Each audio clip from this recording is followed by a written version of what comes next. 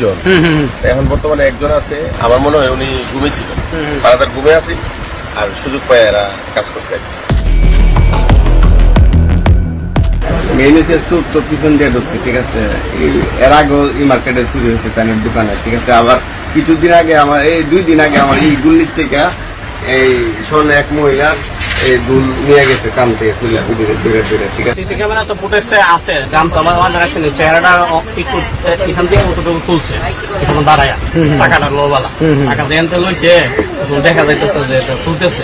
আমি এখন যে খুঁজতে যদি পাইলাম শুধু সিগারেট হয়ে নিচ্ছে, অন্য কিছু এখন আমি দেখতে পারি না কি নিচ্ছে। 5:40 সকাল হয়ে গেছে।